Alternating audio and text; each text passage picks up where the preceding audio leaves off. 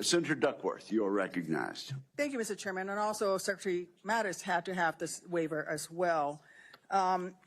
Hegseth, a Secretary of Defense has to have breadth and depth of knowledge. Right now, I am concerned that you have neither. Mr. Hegseth, what is the highest level of international negotiations that you have engaged in, that you have led in? Because the Secretary of Defense does lead international security negotiations.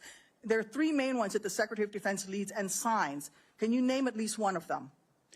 Could you repeat the question, Senator? Sure. What is the highest level of international security agreement that you have led? And can you name some that the Secretary of Defense would lead? There are three main ones. Do you know? I have not been involved in international security arrangements because I have not been in government other than serving in the military. So my job has been to no. The answer is no. Can you name one of the three main ones that the Secretary of Defense signs? Talking about defense signs? Arrangements, I mean, NATO might be one that you're referring to. Status of Forces Agreement would be one of them. Status of Forces Agreement. I've been a part of teaching about Status of Forces Agreements. But you don't remember to mention it? You're not qualified, Mr. Hegseth. You're not qualified. You talk about repairing our defense industrial complex. You're not qualified to that. You could do acquisition and cross-servicing agreements, which essentially are security agreements. You can't even mention that. You've done none of those.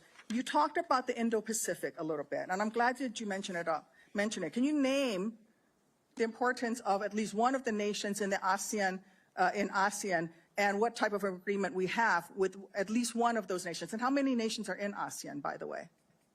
I couldn't tell you the exact amount of nations in that, but I know we have allies in South Korea and Japan and in AUKUS with Australia, trying to work on submarines with them. Mr. Hegseth, none of those countries are in ASEAN. Across. None of those three countries that you've mentioned are in ASEAN. I suggest you do a little homework before you prepare for these types of negotiations. Listen,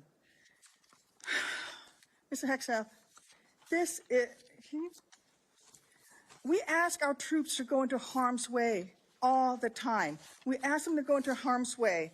And this behind me is a copy of the Soldier's Creed, a copy that usually hangs over my desk here in the Senate, and you should be familiar with it. It's the same copy that hung over my desk at Walter Reed every single day that I woke up and fought my way back because I wanted to go back and serve next to my buddies who'd saved my life. This same copy, these words, I repeated over and over and over again. And let me read out two things to you, two sentences.